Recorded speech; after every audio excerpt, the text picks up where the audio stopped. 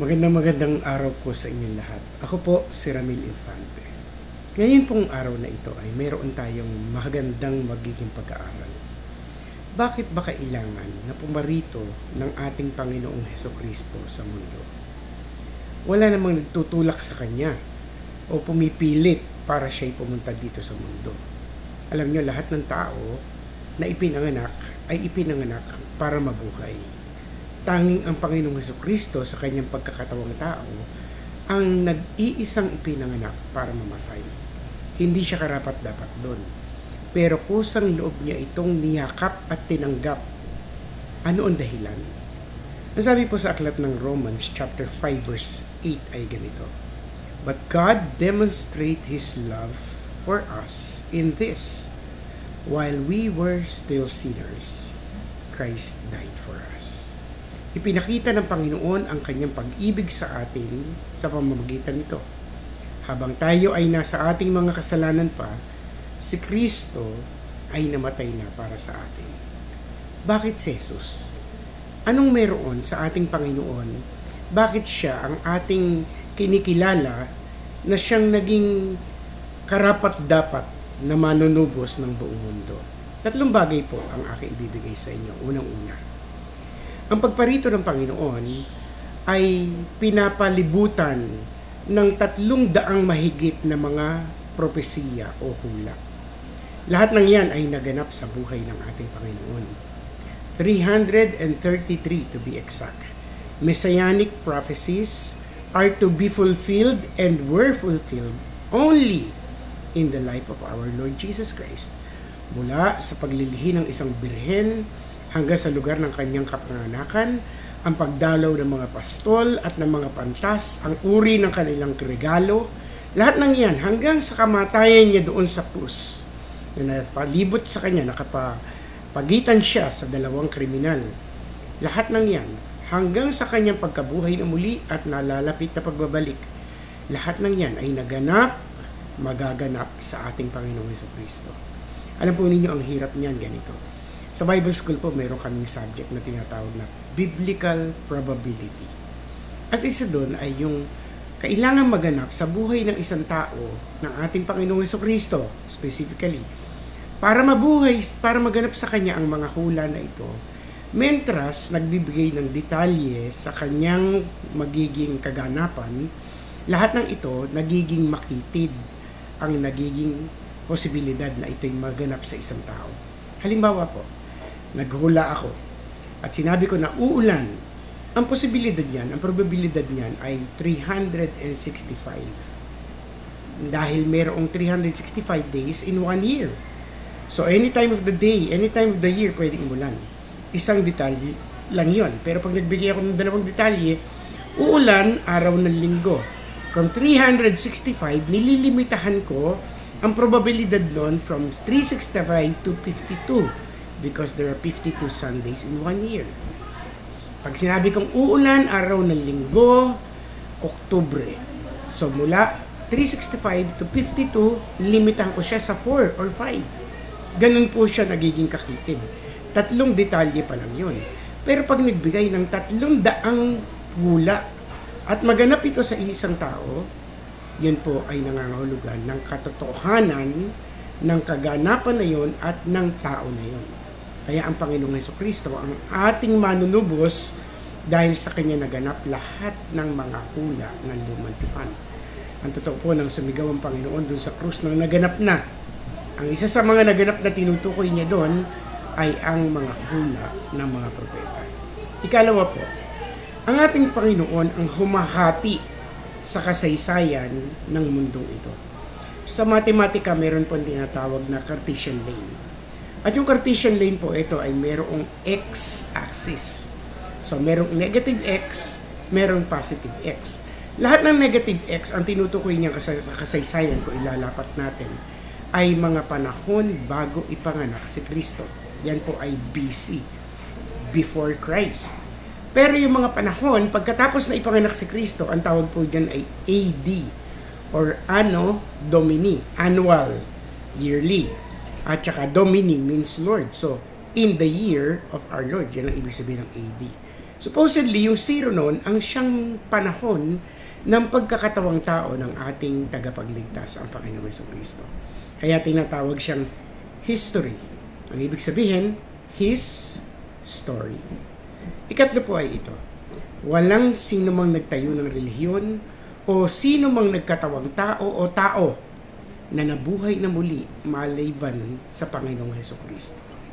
An empty grave proves that Jesus lives. Ang sabi nga ng mga anghel ng unang-unang linggo ng pagkabuhay na yun.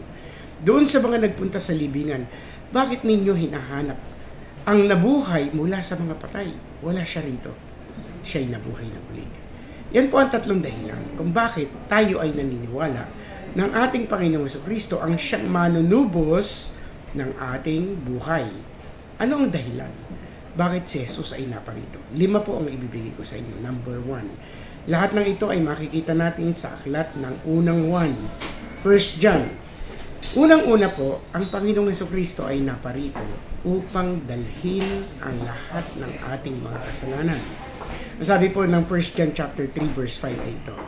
You know that He appeared so that He might take our sins, and in Him is no sin. There's only one reason why Jesus is the only person, the only Savior who is our sin bearer. Dinala niya ang lahat ng ating mga kasalanan doon sa krus. Ang sabi po ng aklat ng 2 Korinto, He who knew no sin became sin that we through Him might become the righteousness of God. Ayon po sa aklat ng Hebreo, ang Panginoon ay walang kasalanan. Dito po, in Him is no sin. Kaya siya karapat-dapat na magtubos sa ating mga kasalanan, dalhin ang ating mga kasalanan dahil siya ay walang kasalanan. Siya po ang karapat-dapat. Walang sino man. Nung unang taon, nung unang mga lumantipan, ang lahat ng mga tao para maging karapat-dapat at katanggap-tanggap sa Diyos ay nag-aalay ng mga bulls, ng mga rams, pero ito ay tatakpan lamang ang kasalanan ng tao sa loob ng 1 taon. Pero, nang makita ni Juan Bautista ang Panginoon bago siya bautismuhan, sa ilog ng Jordan, ang sabi ng mambabautismo, narito ang kordero ng Diyos na siyang nag-aalis ng lahat ng kasalanan sa sanlibutan. Alam po ninyo, there is only one record na ang pagiging isa ng Diyos ay nagkahiwalay. And that is on the cross. As Jesus was bearing our sin, the Holy Father cannot stand the presence of sin upon His own Son. Kaya ang sabi ng Panginoon sa isa kanyang mga wika, bakit mo ko pinabayaan, Panginoon? Bakit mo ko pinabayaan? Jesus, number 1, came to be our sin bearer, to take away our sin, so that the essential purpose of the incarnation of Christ, that is not because He will be our teacher or our example, but because He is our sin bearer. Dinala niya lahat ng ating kasalanan. Ikalawa po, He came to destroy the works of the devil.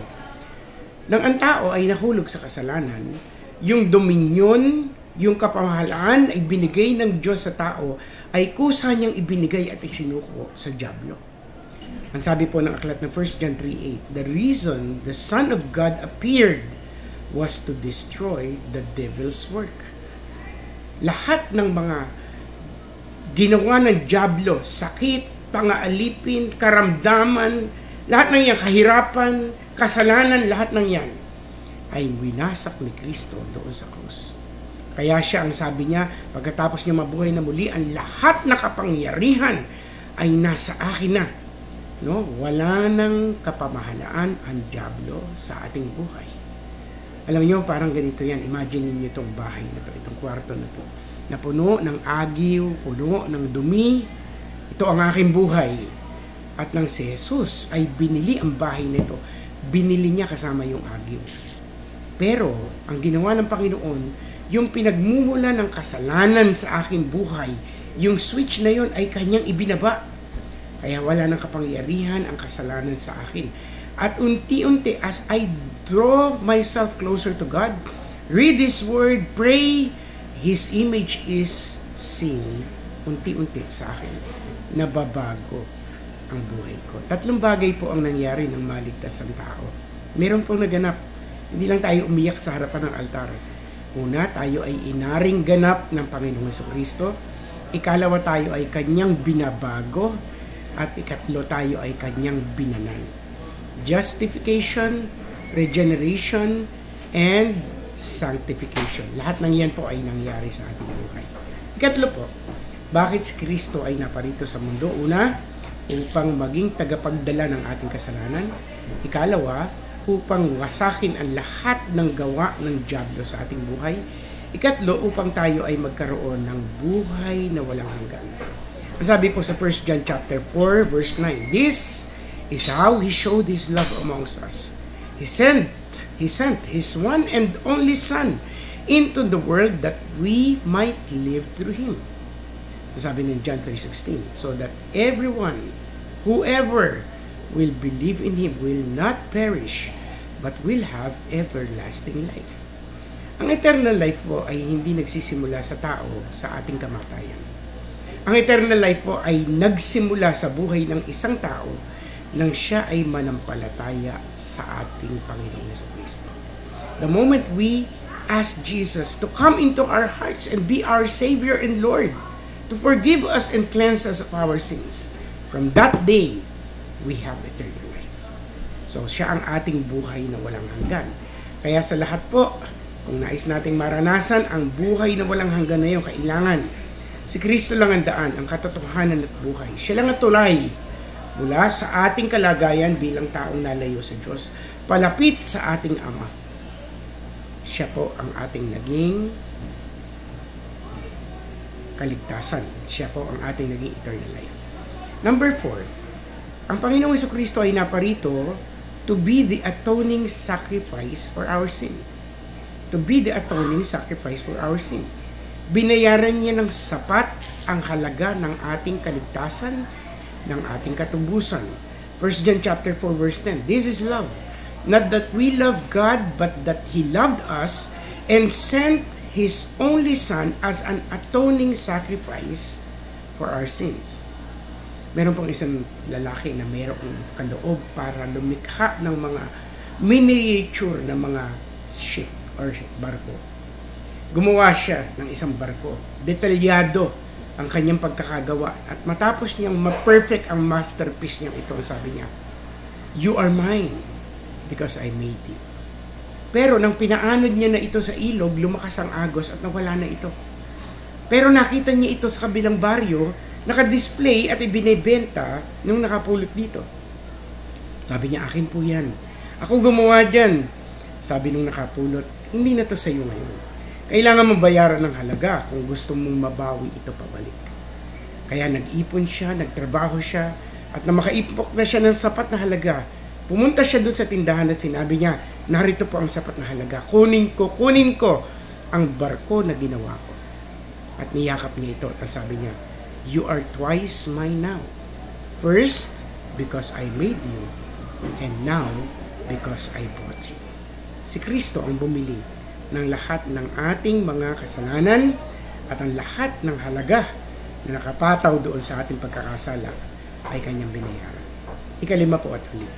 Ang Panginoong Jesucristo ay naparito upang maging tagapagligtas ng buong mundo. Sabi po dito sa aklat ng 1 John chapter 4 verse 14, and we have seen and testify that the Father has sent His Son to be the Savior of the world. Alam po niyo, ang lalim ng naging pagbagsak ng tao ay hindi yung lang kanyang pagkakahiwalay sa Diyos at ang kasalanan ang siyang naniningil ng kabayaran. Hindi po ganun yun eh. Sabi po ng aklat ng Roma, no? Everybody fell short of the glory of God. Yun ang ating kalagayan before. We are wearing that glory. Pero na magkasala ang tao, nahulog siya at nabigong abutin ang kaluwalhatian ng Diyos. Sinikap ng tao na makabalik. He became so good, religious, and morally upright. Lahat ng yun kulang. There is only one who was qualified, who was able to save us from our sins. And that is our Lord Jesus. The reason why He came. is to be our Savior and our Lord.